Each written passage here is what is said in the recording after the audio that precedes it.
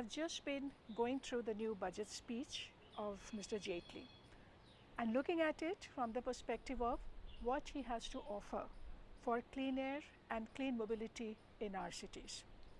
And I'm shocked. The message there is that think small, do little.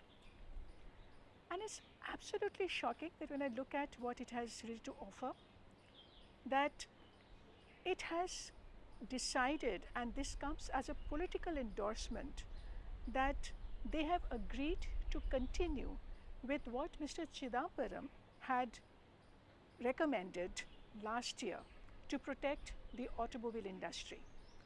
So last year, all the excise cuts that was given across the board to all cars, all vehicles, including SUVs, and SUVs got a bigger cut. All that continues. So clearly, the new regime has endorsed what the UPA 2 had proposed.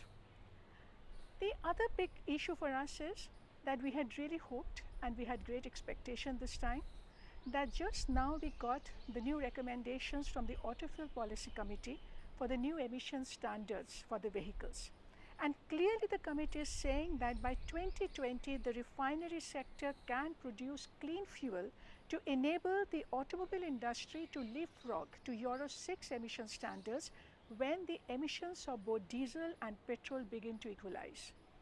But it had come with a rider that this will require enormous investment to the tune of rupees 80,000 crore in the refinery upgradation, and for that it had proposed fiscal strategy to create a dedicated fund to be invested for refinery upgrades.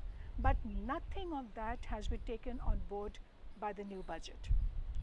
Even worse is the case of breach of promise.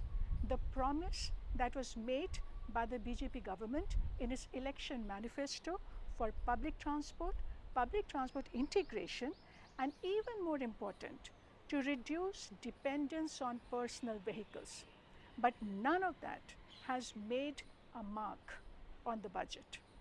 So there's a populist proposal of 2 metro lines in Ahmedabad and Lucknow, and with a budgetary allocation of rupees 100 crore, which can just about cover the cost of perhaps a feasibility study. But there is no clear plan for what it is going to do to improve and scale up for efficient public transport system, especially bus transport system, which is the most affordable form of public transport for urban masses in India.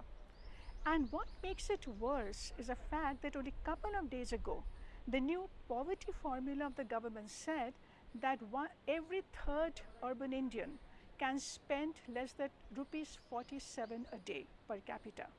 Now, given that kind of affordability range in our cities, you are talking only about 2 metro lines, but nothing about affordable public transport system. So clearly, this is a sham, and we are absolutely aghast that this maiden budget of the new government, which was supposed to set the new principles, the new vision for the new regime for this sector, they have completely failed on that account.